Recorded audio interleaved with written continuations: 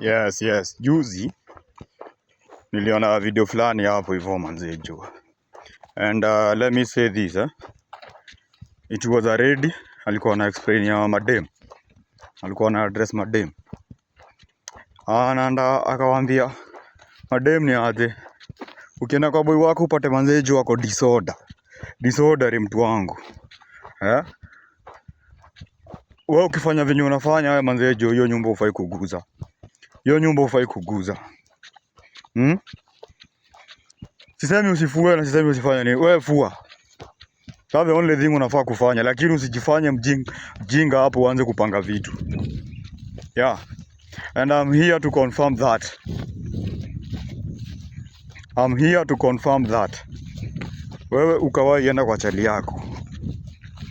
The only thing unafaa kufanya, osha vyombo, fua nguo chafu, unaziona mahali ziko, osha nyumba.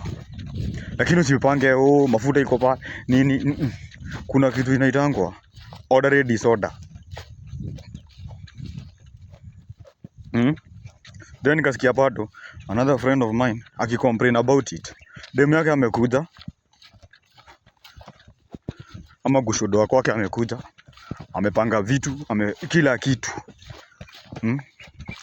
Na demu amekuja tu siku moja siku mbili ameenda. Sasa shida inakuja tu sasa huyo demu akienda. Vitu zimepangwa jamaa zioni.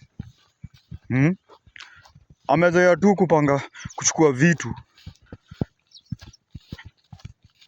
vitu kama ni boxer, amezoea kuchukua hapo nini kwa vikombe. Unapata ametoa vest, place sani ziko, socks anazitoa kwa sufuria. Unaona? Na anajua actually manzeje utapata avai socks zenye hazijafanana. Sasa inabidi avai socks zenye hazijafanana juu ajui kwenye ziko. So you have to be considerate manze. Unafaa kuwa una consider vitu zingine. That's what I wanted to say. So ikifika mahali manzejo unafanyia boy wako usafi. Wewe fanya usafi lakini usipange vitu. Panga usafi lakini usipange. Utapata tu nguo chafu na safi nitajua mimi tu ni kusniff tu. Ama sniff dog manzejo. Kunusa tu nitajua hii ni safi. Hii ni sawa.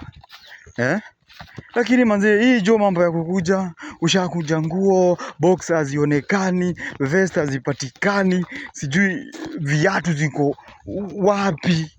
Viatu unatoanga chini ya meza. Hiyo ingine unafanya hivi unaiona juu ya sufuria ama ndani ya sufuria. Hivyo tu. Wewe kuja fua, wacha nguo kwa kamba. Ni hivyo. Hakuna mambo mingi, wacha nguo kwa kamba. Tumalizane kutoka hapo, nitajua venye, nitajicorrect kutoka hapo. Yeah, lakini manzejo ni sawa tu. Hii story ilikuwa yenyewe lakini ni yangu. Ni ya kitambo. Ni yangu but ni ya kitambo. Hivyo tu. Wewe ukitembelea boy wako man, wewe fua hata nguo usikunje. Sitakudanga usikunje nguo. Sasa mimi sijazoea lakini ni sawa tu. I'm sure hata ukikunja nguo na uziweke kwa box vizuri ama kwa bag vizuri. Man, siku nyingine ukirudi wale utazipata zimetolewa. Zimetoanishwa zote. Yeah, hivyo tu. Ama ukikunja uambie ni aje boxer ziko hapa, socks ziko pale, nini ziko hivyo. Yeah.